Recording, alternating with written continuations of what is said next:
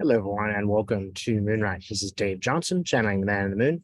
So today I'm going to look at January 6th. Where are the missing texts? That is, the Secret Service somehow managed to lose all of those texts around the 5th and 6th, not to mention lots of game playing about how those actually got lost. I'm going to take a look here and see what's going on with those. Okay, first question that just came to me is, is this innocent? Could this possibly be just an accident? And I get it straight up. No, this is not innocent. This is not accidental. Just before we even go into that, there's no way that they could lose those. It's just not reasonable that they would lose those after the commission has specifically asked them for them. I just don't believe it. Okay, that's Dave. Get out of the way, Dave. Okay, channel. So what spirit can you tell me what happened?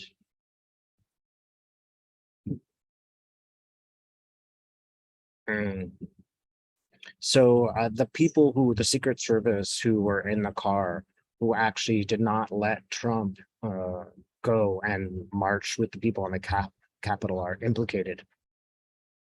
They've done something wrong. I don't know this guy's name, but I'm getting a picture of him. He's sitting across from Trump. He's the guy that Trump lunged towards.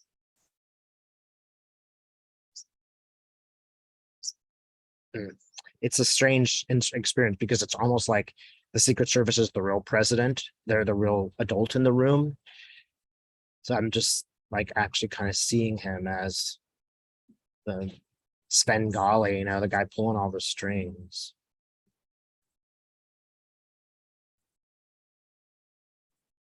And he's considering his own power. He's also considering a million different factors, but one of them is his own power, his own political bias, which is right wing.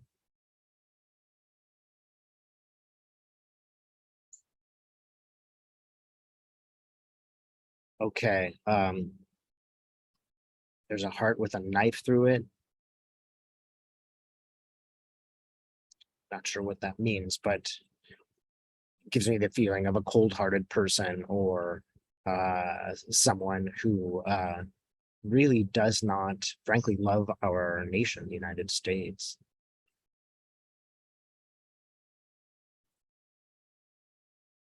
Tell me more, Spirit.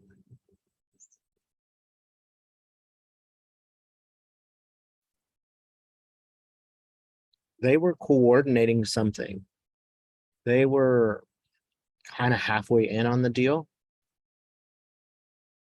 Aha, he does this, find out which way the wind's blowing kind of thing. He was in on it. They were going to see which way this was going to go.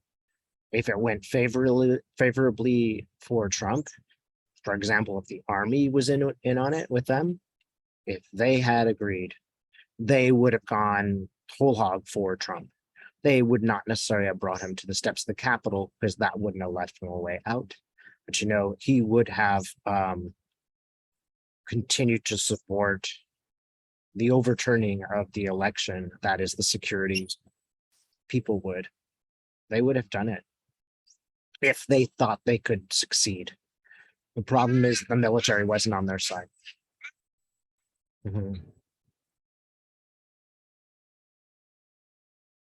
Wow. There were others involved, just a few of them. 3 key people in the Secret Service were involved. They were in the right positions to help the president, I should say Donald Trump, overturn the government.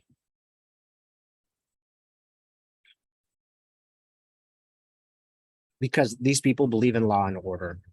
They believe, and it's a strange thing to say since Trump is completely criminal, but they believe in the law of order of suppress the working classes, law and order.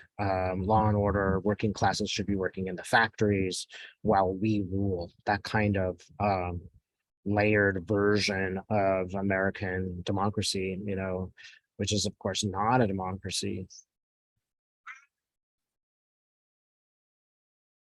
They talked even beyond Trump. They sat around and figured out, well, if this happens, we'll do this. If this happens, we'll do this. If Trump succeeds, then we'll do this. They were in on it. And again, there's three, maybe four people. He was talking to other people outside the Secret Service. I think he was talking to senators. Lindsey Graham's face shows up. There were others that were sympathetic in different portions of the government. This was not an accident. They coordinated this.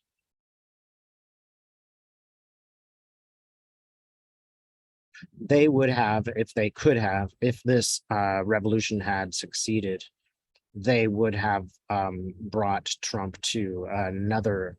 It's like they would have taken the car and gone to another entrance. That might have happened a couple hours later, but they were perfectly prepared to support Trump in his insurrection. This is not all of the Secret Service, just a few key powerful members who are kind of totalitarian minded type people. Other key question I have is about Mike Pence. I'm wondering, Mike Pence he didn't do what the Secret Service told him. I find that incredibly telling. So, Spirit, were the Secret Service going to do something with Pence?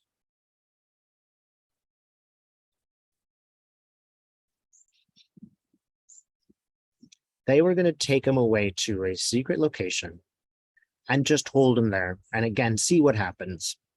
Government gets turned over, then they can, bring Mike Pence in and he'll do what he's told. Or, they would just leave him in this hidden location until he changed his mind, So that was indeed part of the plan.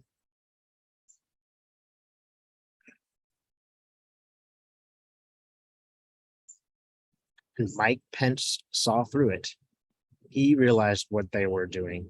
I have nothing nice to say about Mike Pence, but this one thing, the fact that he didn't get in that Secret Service car, may well have saved the democracy. So we have to give him credit for that one thing.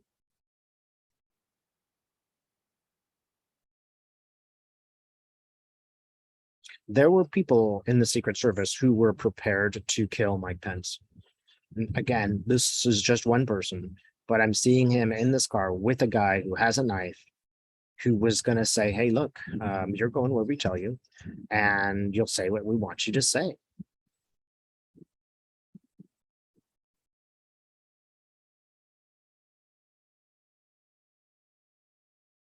And not all of the people, some of the people really did want to take him to safety.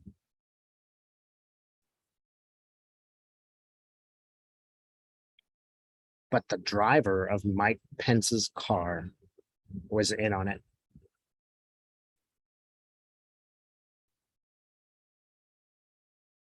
All of these people were essentially waiting to see the way the wind blows. They did not believe that Trump would certainly succeed because the army had already come out against Trump, against Trump. They didn't think that it would work, but they thought it was possible. And if it did come off the way that they wanted, they were going to take full advantage of it, because the truth is they'd rather Trump be president. He aligns with their ideas of machismo and power.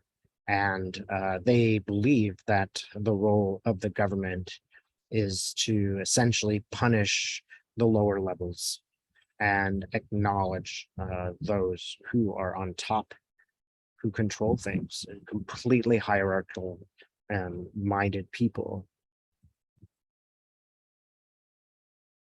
So now what's happening with the Secret Service, they're scrambling to cover things up. There are people considering whether they should speak up about some suspicious things. They are talking to a bunch of people, trying to figure out, hey, are you going to spill the beans or not? Just like Trump is calling witnesses and menacing them over the phone. They're, sort of casually going over there and where were you on the 6th? What would you say about that? They're just sort of casually testing out to see if anybody will betray them. Not everybody knows about it. So it's hard to, there aren't so many people that it's easy to intimidate, but there are a few. More than 7 people know the truth.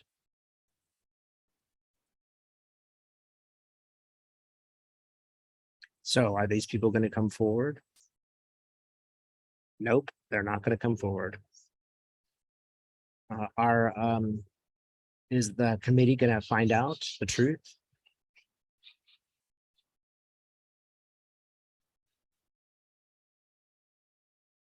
They'll find out the truth in general.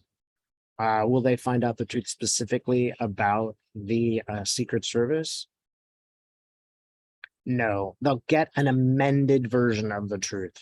So it won't be completely false. There will be some truth to it, but it's one of those things where they'll have to work really hard to get to the truth. They may eventually get to the truth, but certainly not in the next few months. Actually, I'm going to take that back and say in a few months, they'll be making headway into what the Secret Service really did. They will be finding some things out. Will this plot ever come to light? It will come to light at some point in the future. Will it come into light before the next election? Yes, it will come to light before the next election, but it's going to be a lot of work to find. Now, if you're listening to this, you might find this extremely upsetting, but understand that, these crimes have been going on all the time. Terrible things have been happening in our government for decades and decades and decades. We can look at, any era of American politics and see that people in the government were doing terrible things. Now we know about it. So it's not all bad that this is coming to light. Part of this is like a switch. It's going to wake us all up. It's going to motivate people at the midterms. It's in a lot of ways just as it's supposed to be. We're supposed to be angry and upset, and we are supposed to have this material so that we can go to people who are maybe wavering in the middle, and we can have the strength of our convictions. We do need to get angry about this. This doesn't mean you should lash out at anyone, but it does mean that we need to get upset. We need to say no and have enough. We've had enough of this. It's our government, and we have the right to control it. We pay our taxes. We vote. Our ancestors created it. We need to defend it, and defend it with strength. This does not mean violence. Yeah, this is our government. We mustn't forget that. Thanks so much for watching.